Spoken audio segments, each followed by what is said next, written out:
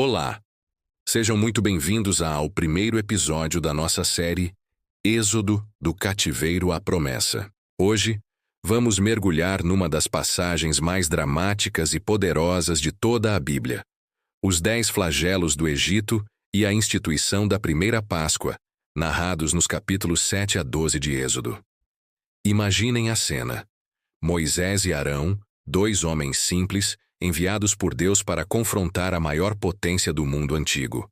Do outro lado, Faraó, um rei considerado um Deus vivo, orgulhoso e inflexível. O pedido é claro: deixa o meu povo ir. Mas a resposta de Faraó é um sonoro não. Ele pergunta: quem é o Senhor, para que eu obedeça à sua voz? Essa pergunta dá início a um confronto épico, não apenas entre homens, mas entre o Deus de Israel e os deuses do Egito. Tudo começa com um sinal. Arão joga seu cajado no chão e ele se transforma numa serpente. Os magos de Faraó, com suas artes secretas, fazem o mesmo. Parecia um empate. Mas então, a serpente de Arão devora as serpentes dos magos. Era um aviso claro: o poder de Deus é incomparavelmente superior. Mesmo assim, o coração de Faraó se endurece. Ele se recusa a ceder, e é aí que os flagelos começam. O primeiro flagelo atinge o coração do Egito, o rio Nilo. Para os egípcios, o Nilo era a fonte de toda a vida, a personificação do deus Hapi. Mas, ao comando de Deus, Moisés toca as águas com seu cajado, e o rio inteiro se transforma em sangue. Os peixes morrem, a água se torna imbebível e um cheiro terrível se espalha. Os magos egípcios conseguem replicar isso em pequena escala, talvez usando algum truque ou corante, o que só serve para endurecer ainda mais o coração de Faraó. Ele vira as costas e volta para o palácio, indiferente ao sofrimento do seu povo. 7 dias depois, o segundo flagelo. Deus avisa: se você se recusar a deixá-los ir, ferirei todo o seu território com rãs. E assim acontece. Rãs saem do rio e infestam tudo: as casas, os quartos, as camas, até mesmo os fornos e as amassadeiras. Era um caos total. Desta vez, Faraó não aguenta. Ele chama Moisés e Arão e implora: orem ao Senhor para que tire as rãs de mim e do meu povo. Então, deixarei o povo ir. Moisés pergunta quando ele quer que as rãs sumam, para que Faraó saiba que não há ninguém como o Senhor. Faraó diz: amanhã. E no dia seguinte, as rãs morrem. Mas assim que sente o alívio, Faraó volta atrás na sua promessa. Seu coração se endurece novamente. O padrão se repete. O terceiro flagelo: piolhos. Arão fere o pó da terra, e ele se transforma em nuvens de piolhos que atacam homens e animais. Desta vez, os magos de Faraó não conseguem imitar o milagre.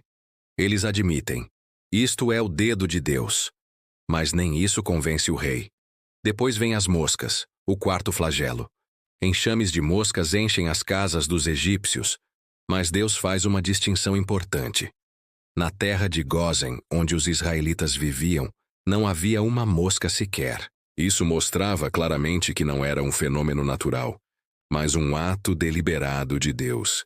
Mais uma vez, Faraó promete libertar o povo, mas quebra sua palavra assim que as moscas desaparecem. O quinto flagelo atinge a economia do Egito. Uma peste terrível mata os rebanhos dos egípcios: cavalos, jumentos, camelos, bois e ovelhas. Novamente, os animais dos israelitas são poupados. Faraó manda verificar e confirma que nenhum animal de Israel morreu. Mas seu coração permanece duro como pedra. O sexto flagelo é ainda mais pessoal. Úlceras e feridas dolorosas surgem na pele dos egípcios e de seus animais. Moisés joga cinzas para o ar e a praga se espalha. Os próprios magos não conseguem ficar de pé diante de Moisés por causa das feridas. A essa altura, o texto diz que o Senhor endureceu o coração de Faraó. Isso não significa que Deus tirou o livre-arbítrio dele. Pelo contrário, Faraó já havia endurecido seu próprio coração tantas vezes que Deus simplesmente o entregou à sua teimosia. usando sua rebeldia para seus próprios propósitos. O sétimo flagelo é uma tempestade de granizo como nunca vista no Egito, misturada com fogo. A destruição é imensa. Plantas, árvores, homens e animais que estavam no campo são mortos. E mais uma vez, em Gósen, onde estavam os filhos de Israel, não caiu granizo. Assustado, o faraó confessa: "Desta vez eu pequei. O Senhor é justo. Eu e o meu povo somos culpados." Ele promete libertar os israelitas. Mas, assim que a tempestade passa, ele e seus oficiais endurecem seus corações novamente. A essa altura, os próprios servos de Faraó estão desesperados. Eles dizem ao rei: "Até quando este homem será uma armadilha para nós? Deixa os homens irem para que sirvam ao Senhor seu Deus. Não percebes que o Egito está arruinado?" Mas o orgulho de Faraó é maior que sua razão. O oitavo flagelo chega. Gafanhotos. Um vento oriental traz nuvens de gafanhotos que cobrem a terra e devoram tudo o que o granizo não destruiu. O Egito, antes verdejante, se torna um deserto. Faraó, em pânico, chama Moisés e Arão e diz: "Pequei contra o Senhor, vosso Deus, e contra vós. Perdoem o meu pecado apenas desta vez." Moisés ora.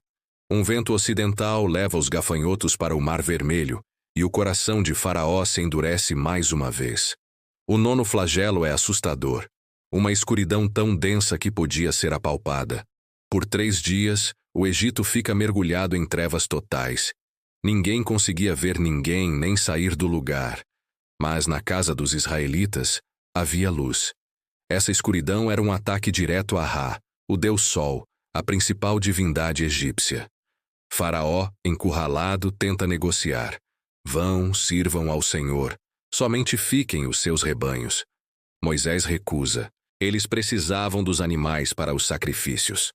Furioso, Faraó explode. "Saia da minha presença, e cuidado para não ver mais o meu rosto, porque no dia em que vir o meu rosto, você morrerá." Moisés responde calmamente: "Bem disseste, nunca mais verei o teu rosto." O confronto chegou ao seu clímax.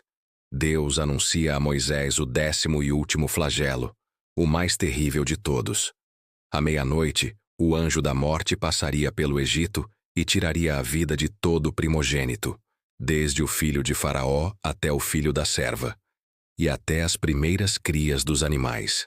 Seria um clamor de dor como nunca houve nem haverá no Egito. Mas, para o seu povo, Deus providenciou um escape. Ele instituiu a Páscoa, que em hebraico é Pessah, e significa passagem ou passar por cima. Cada família israelita deveria tomar um cordeiro de 1 ano sem defeito e sacrificá-lo. Com o sangue do cordeiro, deveriam marcar os umbrais e as vergas das portas de suas casas. Naquela noite, eles deveriam assar e comer o cordeiro com pães sem fermento e ervas amargas, vestidos e prontos para partir. O sangue na porta era o sinal. Quando o anjo da morte passasse e visse o sangue, ele passaria por cima daquela casa, e os primogênitos ali dentro seriam poupados. Não era a bondade das pessoas dentro da casa que as salvava, mas a obediência ao comando de Deus e a fé no poder do sangue do cordeiro. E assim aconteceu. À meia-noite, um grito terrível ecoou por todo o Egito. Não havia casa egípcia onde não houvesse um morto. O próprio faraó se levanta no meio da noite, chama Moisés e Arão e ordena: "Saiam do meio do meu povo, vocês e os filhos de Israel. Vão, sirvam ao Senhor como disseram. Levem seus rebanhos e manadas e vão embora. E abençoem-me também." Finalmente, o orgulho de Faraó foi quebrado.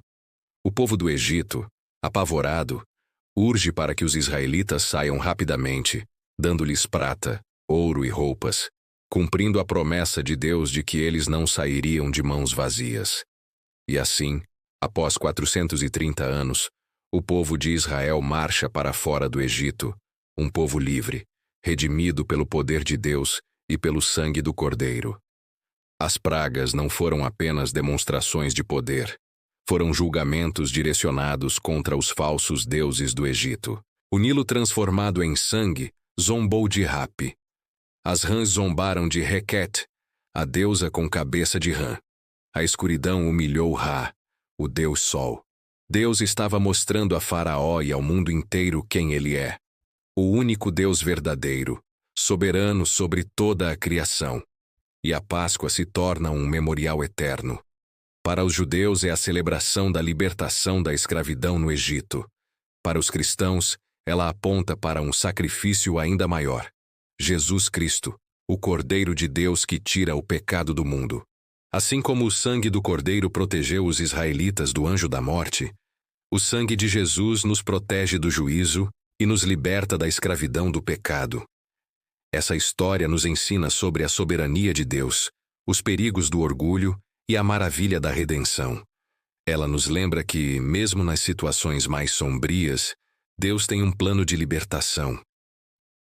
O que você achou dessa jornada incrível? Qual dos flagelos mais te impressionou? Deixe seu comentário aqui embaixo. Eu gostaria muito de saber a sua opinião. Se você foi abençoado por este vídeo, não se esqueça de deixar o seu like, compartilhar com seus amigos e, o mais importante, se inscrever no canal para não perder os próximos episódios da nossa série sobre o Êxodo. Muito obrigado por assistir e até a próxima.